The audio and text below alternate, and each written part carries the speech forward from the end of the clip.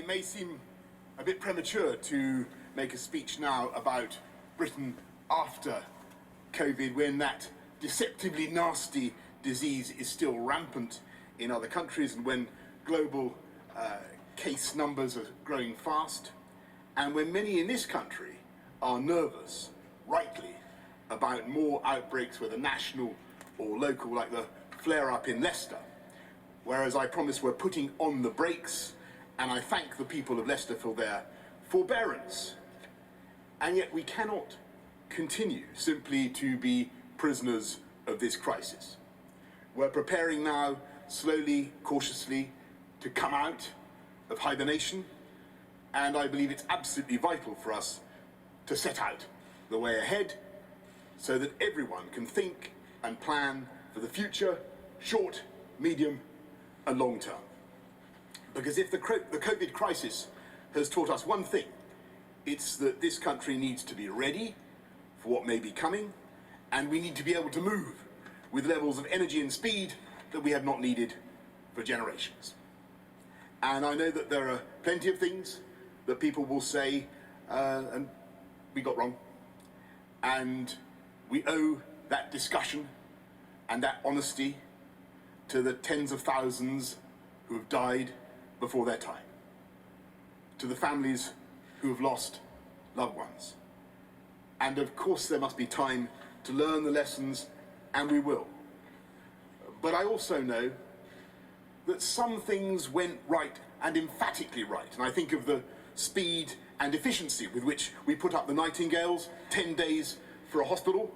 I think of the drive and inventiveness of the British companies who rose to the ventilator challenge with 3 brand new production lines called into being within the space of 8 weeks, with a new model of ventilator developed in March and granted regulatory approval in weeks, and 9,500 of them now made.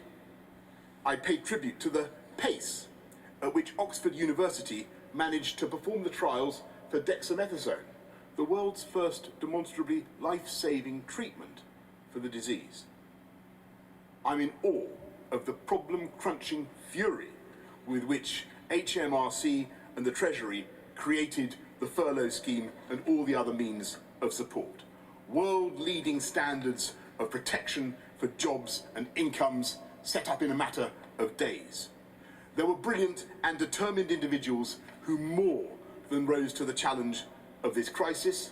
There were thousands and thousands who put their hearts and souls into it.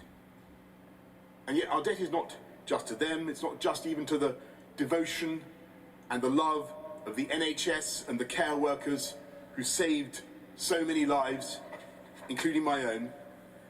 There was one big reason, in the end, that we were able to avert a far worse disaster, and that was because the whole of society came together to make a sacrifice on behalf of those who might be particularly vulnerable, particularly the elderly. We all knew when we went into lockdown that there would be huge economic costs, and we could see what would happen, and yet we did it. The United Kingdom, in a display of solidarity not seen since the Second World War. And so today, we must combine that energy and drive with that concentrated burst of collective willpower that protected the NHS and controlled the virus and saved literally hundreds of thousands of lives. And we must work fast, because we've already seen the vertiginous drop in GDP, and we know that people are worried now about their jobs and their businesses, and we're waiting as if between the flash of lightning and the thunderclap, with our hearts in our mouths, for the full economic reverberations to appear. And so we must use this moment now, this interval, to plan our response and to fix, of course, the problems that were most brutally illuminated in that COVID lightning flash.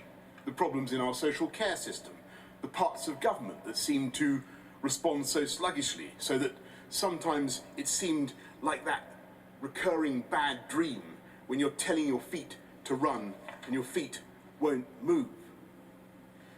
And yet we must also go further and realise that if we are to recover fully, if we're to deal with the coming economic aftershock, then this COVID crisis is also the moment to address the problems in our country that we have failed to tackle for decades. Because it's one of the most extraordinary features of the UK, in so many ways the greatest place on earth, that we tolerate such yawning gaps between the best and the rest. We have some of the best and most productive companies in the world, and yet we are not as nationally productive as many of our global competitors. We have the world's most brilliant medical minds, the world's best pharmaceutical companies, our doctors, our treatments are the best in the world. And yet we have so many millions who have to wait for too long to see their GP, even before the new waiting lists produced by the crisis. We have umpteen fantastic, globally outstanding universities. And yet too many degree courses are not now delivering value, and for a century we've failed to invest enough in further education and give young people the practical training and further education they need. We have a capital city. London was, is, will be, in so many ways, the capital of the world. Great respect to Andy. Theatre, finance, tech, restaurants, you name it. London leads the world. And yet too many parts of our amazing country have felt left behind, neglected, unloved, as though someone had taken a strategic decision that their fate did not matter as much as the metropolis. So I want you to know that this government not only has a vision to change this country for the better, we have a mission to unite and to level up. And it's the mission on which we were elected last year, and we have a plan. And in advancing that plan now, I just serve notice that we will not be responding to this crisis with what people call austerity. We're not going to cheese-pear our way out of trouble, because the world has moved on since 2008. And we not only face a new and in some ways a far bigger challenge, and I can tell everybody, businesses, that next week the Chancellor, Rishi Sunak, will be setting out our immediate plan to support the economy through the first phase of the recovery. But this moment also gives us a much greater chance to be radical and to do things differently, to build back better and to build back bolder. And so we will be doubling down on our strategy. We will double down on levelling up, if you can make sense of that. And when I say level up, I don't mean attacking our great companies, or I don't mean impeding the success of London, far from it, or launching some punitive raid on the wealth creators. I don't believe in tearing people down any more than I believe in tearing down statues that are part of our heritage, let alone a statue of our greatest wartime leader. I believe in building people up, giving everyone growing up in this country the opportunity they need. Whoever you are, whatever your ethnicity, whatever your background, and there are certain things that are indispensable for that opportunity. Hospital you're born in, schools you go to, the safety of the streets where you grow up. And this government has not forgotten that we were elected to build 40 new hospitals. And we will. Matt Hancock is setting out the list in the next few days, and that is just the beginning. We will continue and step up the biggest ever programme of funding the NHS. And we won't wait to fix the problems of social care that every government has flunked for the last 30 years. We will end the injustice that some people have to sell their homes to finance the cost of their care while others don't. And we're finalising our plans, and we will build a cross-party consensus. We want to look after those who have looked after us.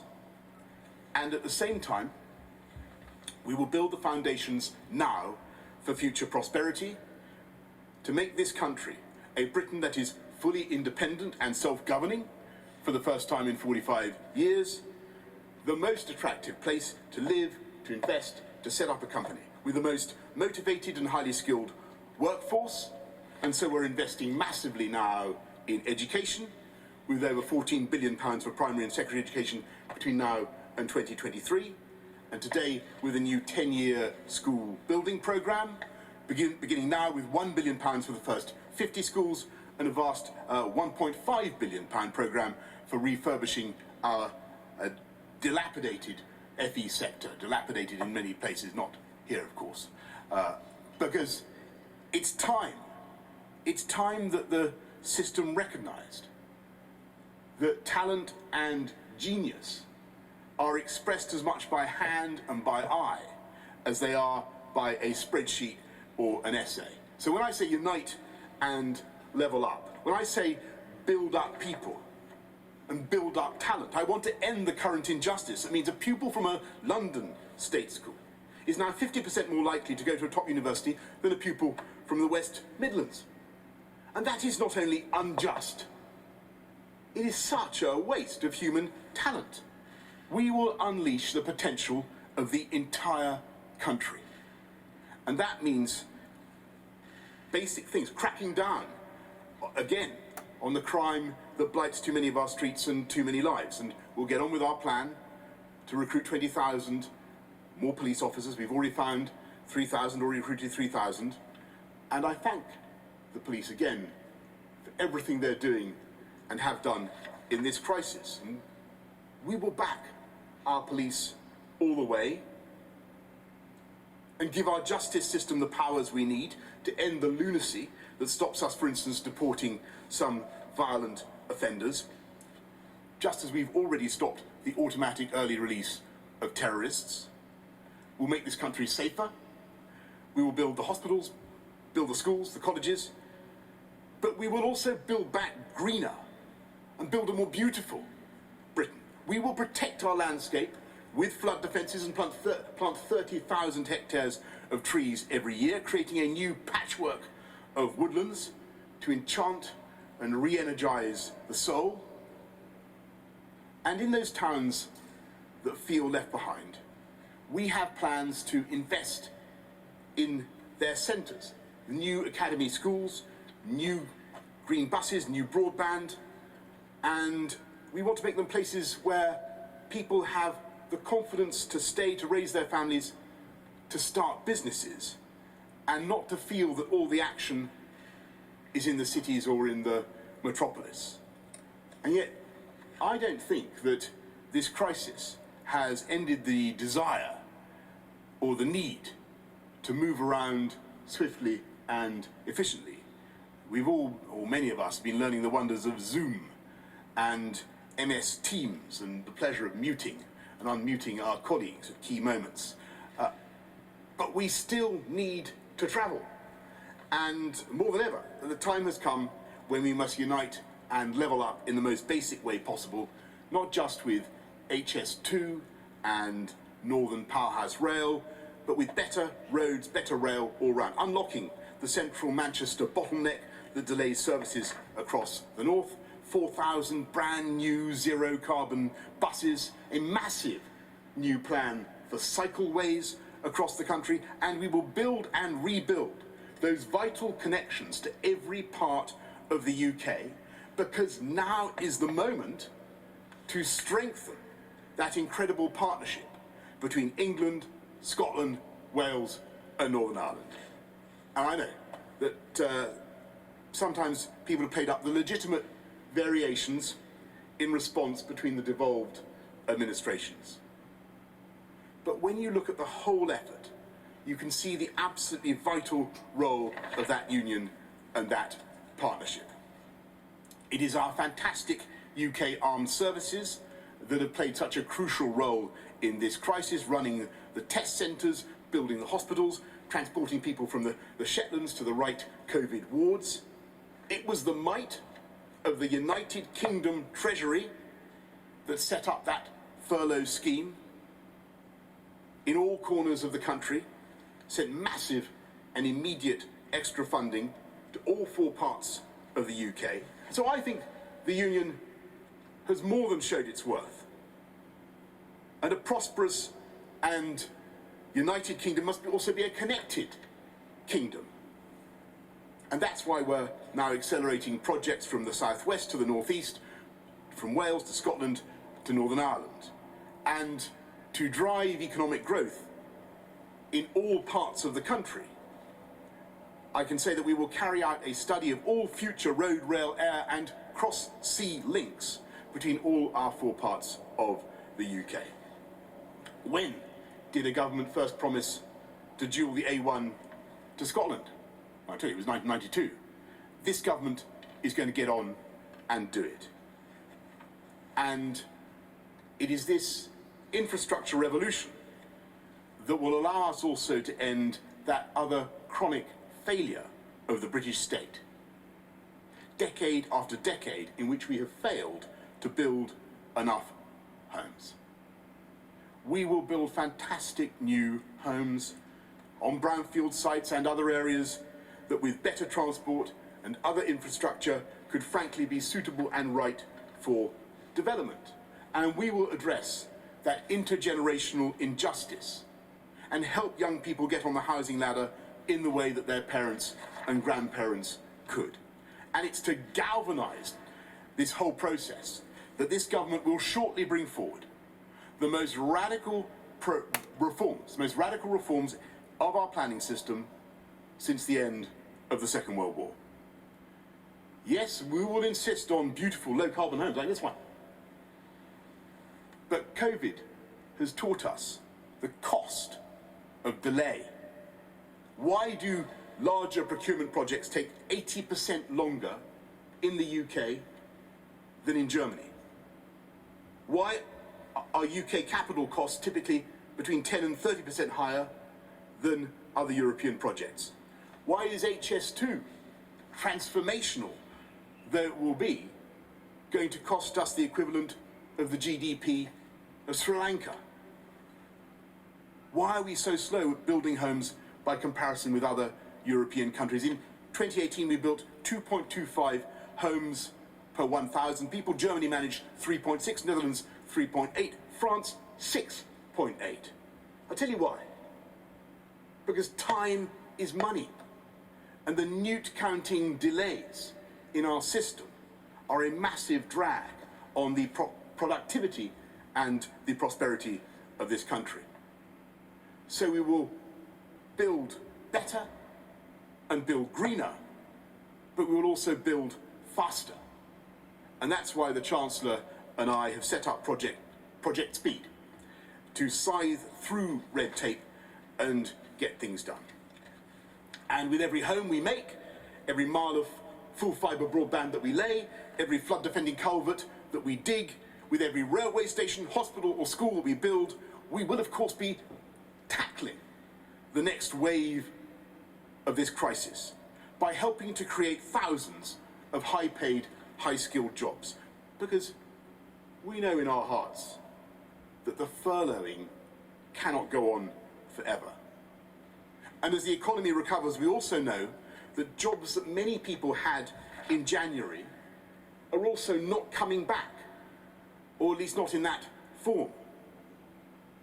And we know that that's the biggest and most immediate economic challenge that we face. And so we will also offer an opportunity guarantee so that every young person has the chance of an apprenticeship or an in-work placement so that they maintain the skills and confidence they need to find the job that is right for them. I'm conscious, as I say all this, that it sounds like a prodigious amount of government intervention. It sounds like a New Deal. And all I can say is, if that is so, then that is how it's meant to sound and how it's meant to be. Because that is what the times demand. A government that is powerful and determined and that puts its arms around people at a time of crisis. that tackles homelessness, the inequalities that drive people to food banks, because it's time now not just for a new deal, but for a fair deal for the British people. And we can do all this now, partly because of the prudent management of the economy in the last 10 years, but also because we're planning to invest now when the cost of borrowing allows it and when the returns are greatest. Because that is the way, both now and in the medium term, to drive the growth, to fuel the animal spirits and the long-term business investment on which our future prosperity depends. My friends, I am not a communist. I believe it is also the job of government to create the conditions for free market enterprise. And yes, of course, we clap for our NHS. But under this government, we also applaud those who make our NHS possible. Our innovators, our wealth creators, our capitalists, our financiers. Because in the end, it's their willingness to take risks with their own money that will be crucial for our future success. This is Dudley, the birthplace of Abraham Darby, who massively accelerated the Industrial Revolution by using coke instead of charcoal to produce pig iron. It may not sound like it, but actually coke was the green option. Still is, probably, compared to charcoal. And today, Dudley remains at the cutting edge of green technology that is increasingly driving the whole of the UK economy. It was here, in Dudley, in 2011, that a company called Westfield produced the world's first commercially viable electric racing car. And the whole of West Midlands is now a global centre of battery technology. And you're going further in, as I've seen in the Institute of Technology that you're setting up just down the road. Batteries for EVs, and that's the vision of Mayor Andy Street.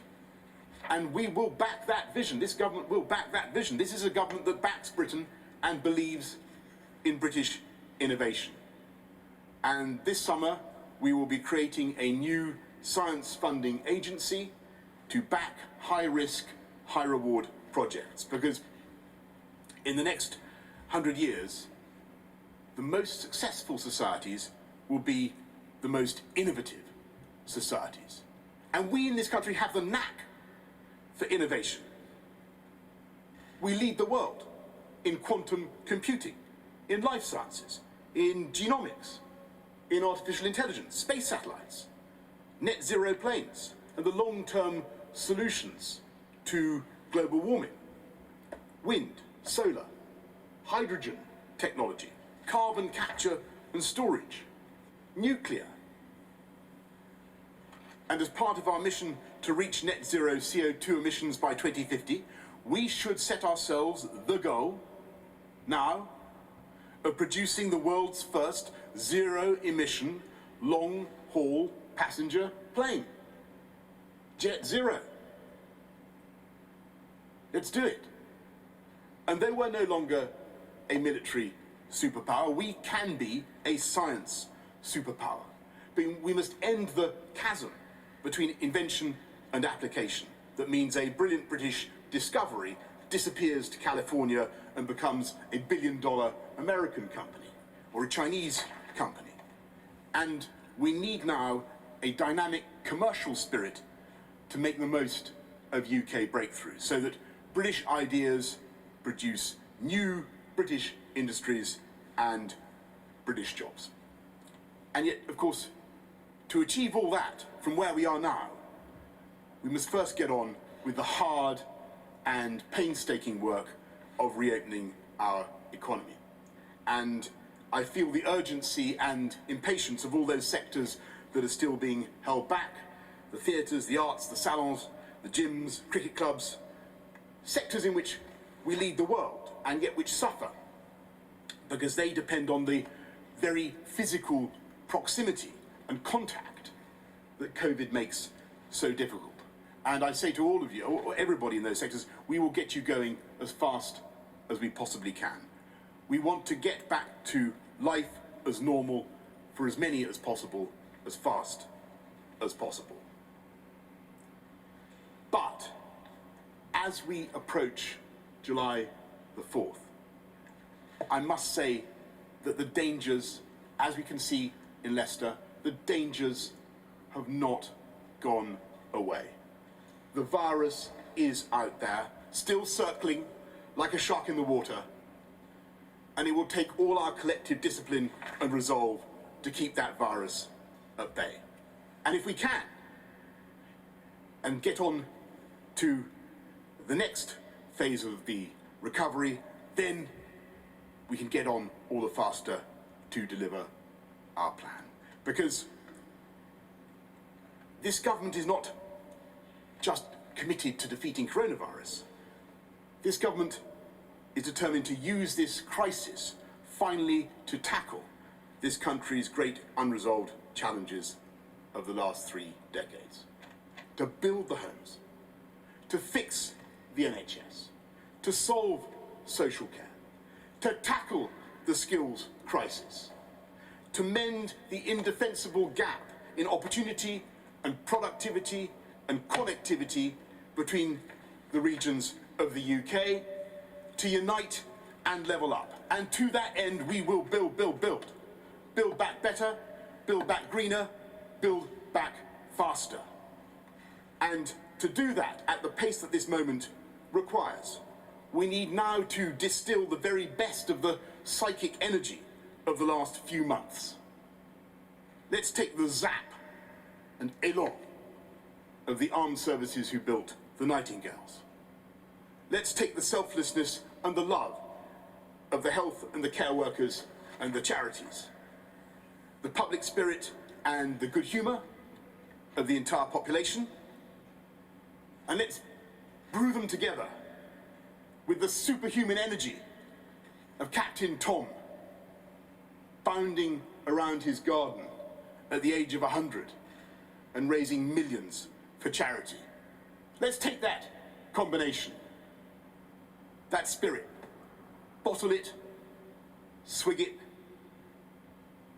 and I believe we will have found, if not quite a magic potion, at least the right formula to get us through these dark times.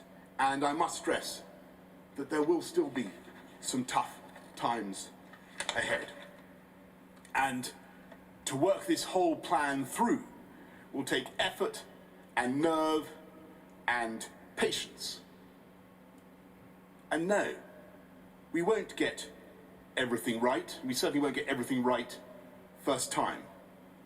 But this is the moment to be ambitious and to believe in Britain, to rise to the scale of the challenge and the opportunity.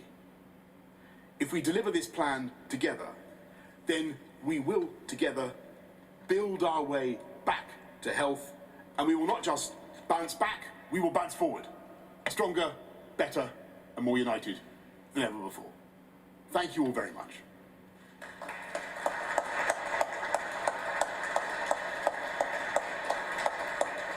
Thank you so much.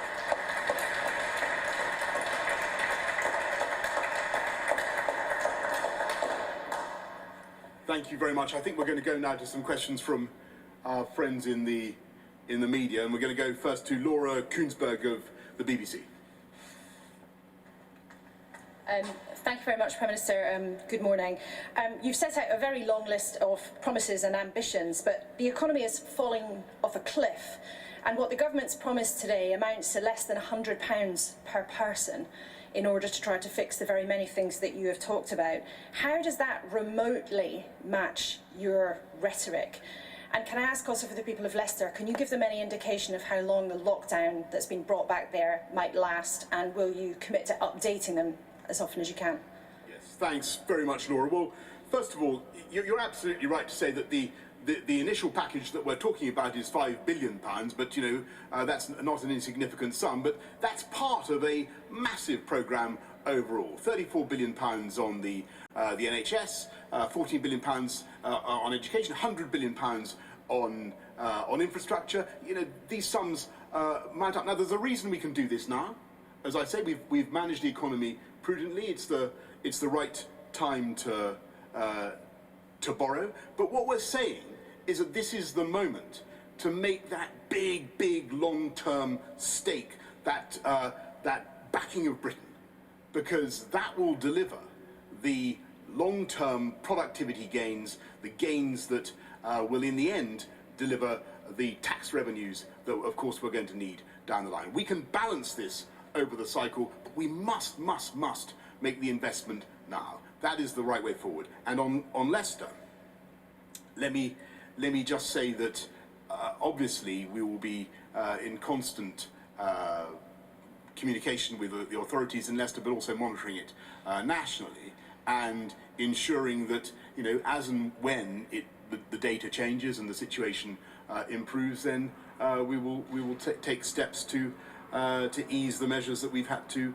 enforce. But I think most people across the country do understand and do remember that as we come out of this, I always said there were going to be local flare-ups and that we would deal with them locally, and that's what we're doing in Leicester, and we'll do it elsewhere. It worked in places like Ashford or Weston-super-Mare. In Leicester, it's got out more into the community, and we need to take the steps that we have. Can I just pick you up there on the economy? What you're announcing is largely an acceleration of what was already in your manifesto. So you're trying to say to people today that COVID has changed what you want to do and changed your level of your ambition, but it looks like basically a speeded up version of what you promised back in the autumn. Well, hang on. Let me just focus on that word speeded up, Laura, because that's the thing, and that's right. And it's not just speeded up, it's also intensified and increased. Because, as I said to everybody earlier on, we all know what costs money in this country. It's the delay. It's the bureaucracy, it's the planning delays that are adding so massively to the costs for young people, particularly for housing. You know, it is much more difficult for people in this country to get the homes they need than it should be, and more difficult for them than it is for people in other comparable European countries. And that's because of the delay we're talking about. That's why we're setting up Project Speed. This is not just about investment, the government leading the way. It's also about the government trying to clear the way and to get things done faster. Thank you very much, Laura. Robert Peston, ITV. Hello, Prime Minister. To quote the Bank of England, to quote the Bank of England, more than half the workforce are currently unemployed or underemployed. This is an economic crisis unprecedented. What confidence do you have that as the job support schemes run down and end, you will be able to keep unemployment below the 3 million level that blighted the lives of so many in the 1980s? And again, briefly on Leicester. You promised a world-class test, trace and isolate scheme. In your words, you would be whacking a mole to keep the virus under control. But you're shutting down, in effect, a city of 500,000 people. We're some way, aren't we, from a world-class system? Okay, first of all, Robert, on Leicester, I always made it very clear that we would take, steps, draconian steps, if necessary, to put on the brakes and to deal with problems as they flared up. We've got a problem in Leicester, and I thank the people of Leicester for their forbearance, and they're going to have to wait a little bit longer. They're going to have to go through another period of restrictions. But I think everybody can see why that's sensible, and that's what we're going to do. We've always said we were going to operate on that basis. And our testing system actually is, we're testing now almost double per head what most other European countries are doing. We've got a testing capacity of 280,000 a day, and testing is a huge part of that whack-a-mole strategy, and will continue to be intensified. On unemployment and the future for jobs now in this country. Of course, we face, you're right, we face a real crisis, and we have to deal with it, but we're going to deal with it in the most energetic possible way. And the analogy I'd like you to hold in your minds is a comparison with the energy with which we put together the furlough scheme. We are going to work as hard as we possibly can to make sure that people have an opportunity guarantee, that they have the chance of an in-work placement, that they have the chance of an apprenticeship.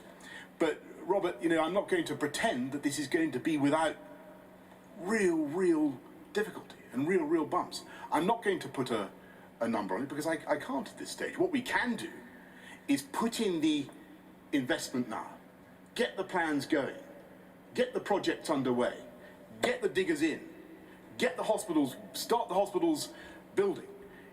Build now. That, believe me, is the way forward. I remember the crisis of 2008, which was actually not as bad as the current crisis. But if you remember, people were very apprehensive about unemployment, and we did have a spike in unemployment. But we tackled it then. I remember what we did. We had huge infrastructure projects, and we simply kept going and ran faster. Crossrail, the Olympic Park, big construction projects around London, which I was then running.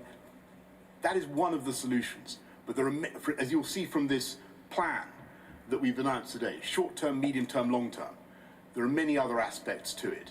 And I believe that's the best way forward for this country. Building our way back to health and keeping the momentum of employment in people's lives as far as we possibly can.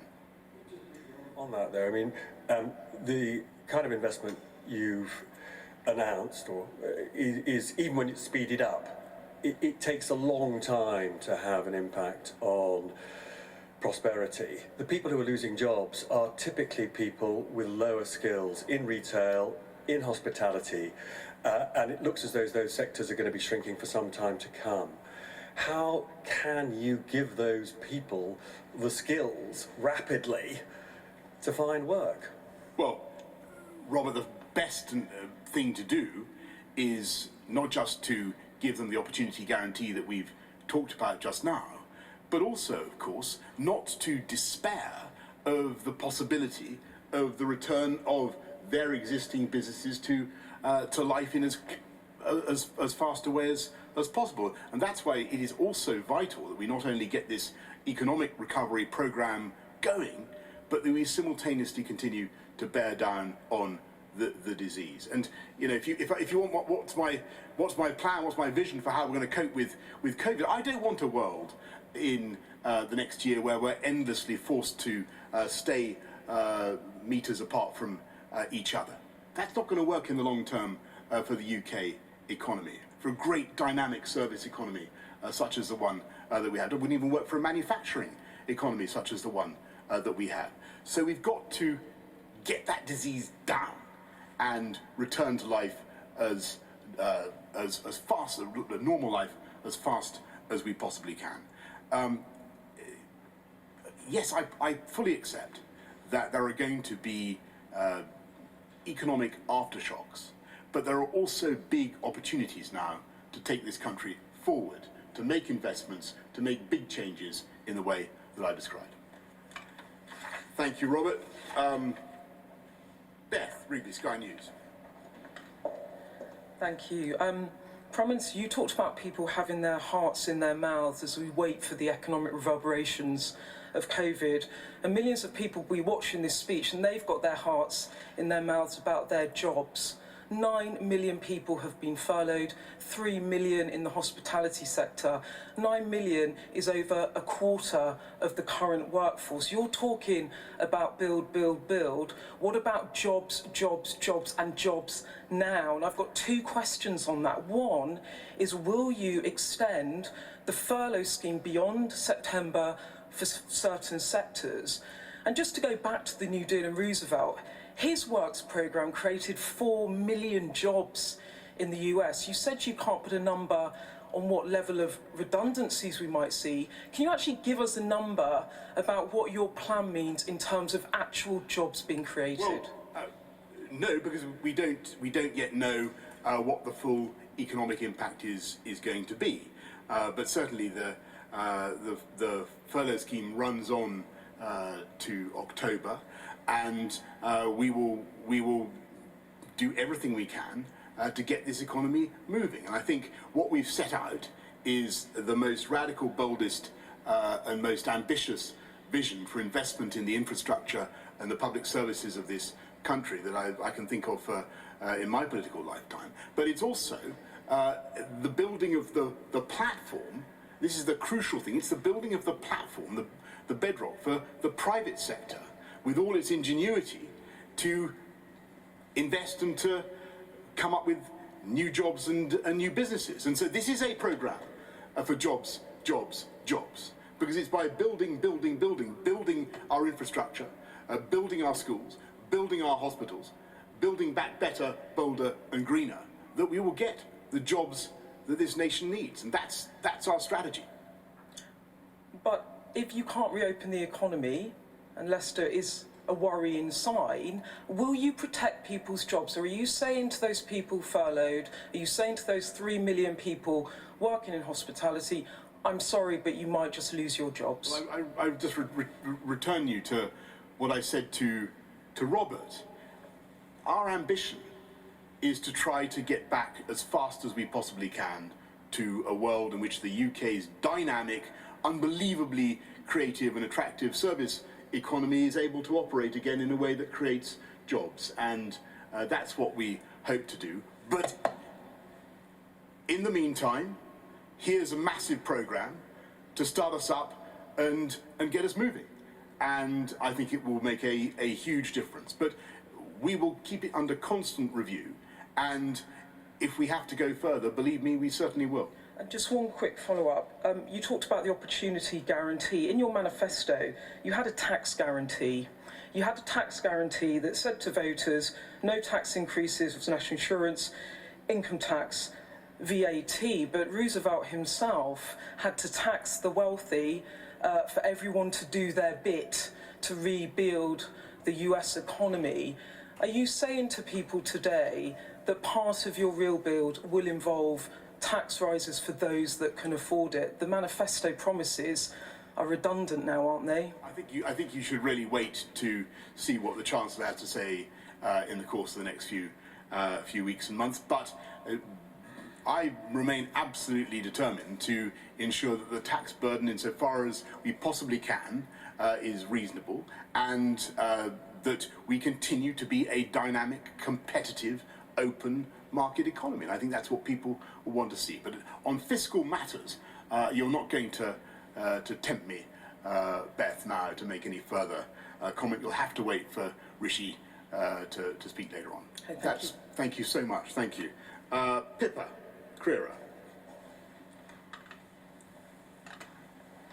Hello, Prime Minister. Pippa Crerar from the Daily Mirror. Following on from Robert and Beth's questions, many workers and businesses are already struggling really quite badly after 3 months of lockdown. Can you promise extra support for those who may have to withstand a second period of lockdown, for example, in places like Leicester? And you've repeatedly throughout this crisis praised the public sector. So can you rule out a pay freeze for them, and perhaps even go further and set out any signs of a new pay settlement? Well, thanks, Pippa. Look, I think this country can be immensely proud of the way we've stepped up and put our arms around the workforce. 11 million people have received support, employed or self-employed, 11.5 million, I think. £22 billion on the furlough scheme alone, 26 billion in bounce-back loans, huge sums in grants. Have gone out of the Treasury at incredible speed, and of course we will keep we'll keep under constant review what's happening in places like Leicester to ensure that people don't get penalised for doing the right thing. And I can't remember your final point, Pippa. Sorry, thank you.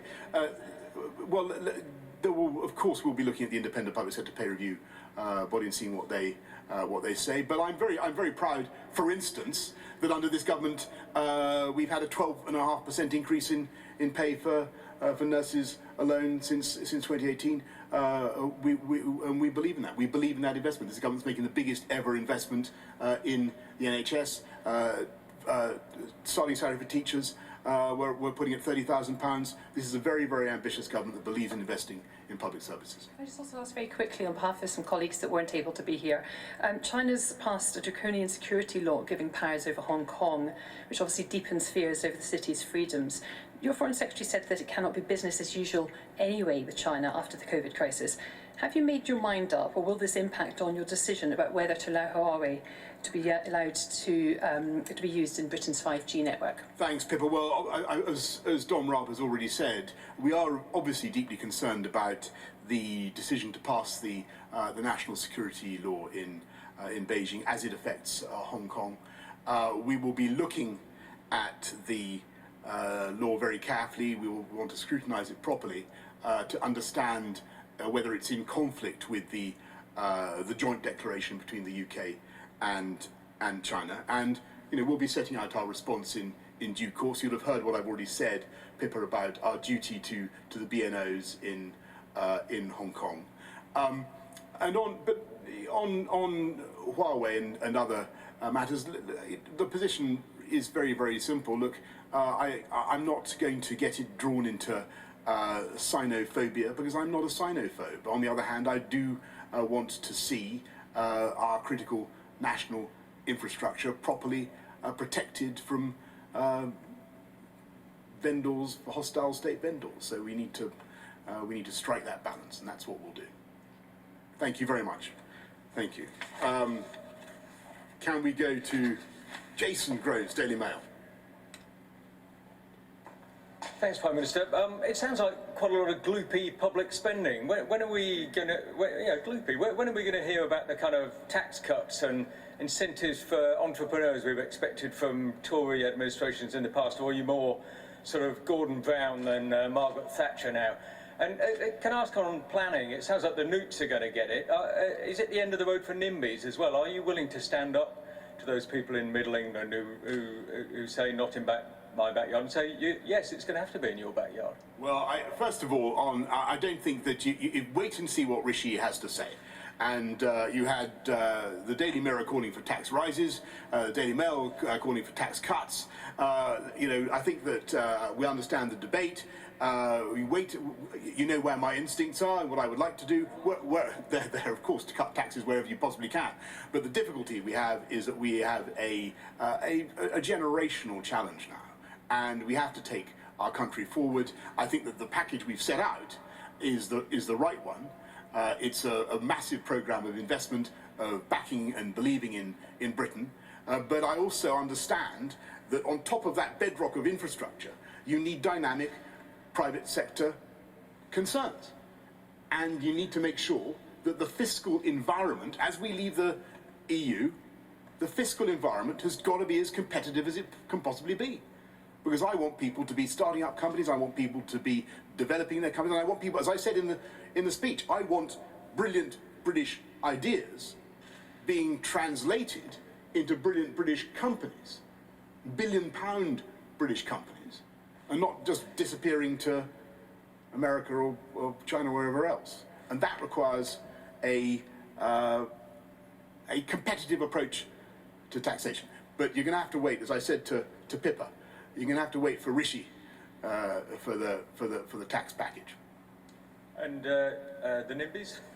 Well, look, I believe that this country has got the space, has got the opportunity on brownfield sites and elsewhere, actually on land that could be developed if you had the right infrastructure. It's got the space to do things better and to do things bolder and to do things faster. And that's what we're going to do. And yes, I can imagine that there may be some people who will want to object to this or that, but there always are in life. If it had been for the Treasury, we wouldn't have built the M25, for instance. Sometimes you've got to get on with things. They would have done Crossrail. This country took 35 years to get Crossrail done. We need pace, and this is the moment to inject that pace into the ambitions of the government. my old colleague Peter from the Express and Star. Thanks, Prime Minister. Politicians and business leaders in the West Midlands have said this region needs more than £3 billion over the next 3 years to help it get through the aftermath of the pandemic. Firstly, does the government have a spare £3 billion lying around to give to the West Midlands to help it through this period? And secondly, you've spoken again today reiterating your pledge to level up the country. This is something you mentioned a lot since you've become Prime Minister. Is it not true to say, I mean, I understand you're a glass half full kind of guy, but is it not true to say that what's happened with the pandemic is going to push back those plans to level up the country? Well, Peter, look, first of all, on the £3 billion, I think you've added everything together that we're doing. The West Midlands will get a huge investment. I wouldn't like to identify the exact figure now, but I would be amazed if it wasn't well north of £3 billion. But what we want to do is the difference between this idea and Gosplan. This is about creating the conditions for long-term increases in productivity and prosperity. You know, as I said in the speech, our companies are not as productive as they could be. Some of them. We take too long to get things done. It costs too much. It costs the taxpayer too much to get things done. So I do think that this is the moment to do it. I agree with you that you say I'm a glass half full kind of man. Well, yes, I am. I mean, I believe profoundly that we will get through this, and we'll get through this very well. I'm not going to understate the challenge, but I also think the opportunity is massive. It's absolutely massive right now. We can make changes, do things differently, do things better. We're offered a chance now to do things that previous generations haven't had, and we should take it. Thanks very much. Thank you. I think I'm done here. Is that right? Thank you all very much. Well done. Thank you. Thank you.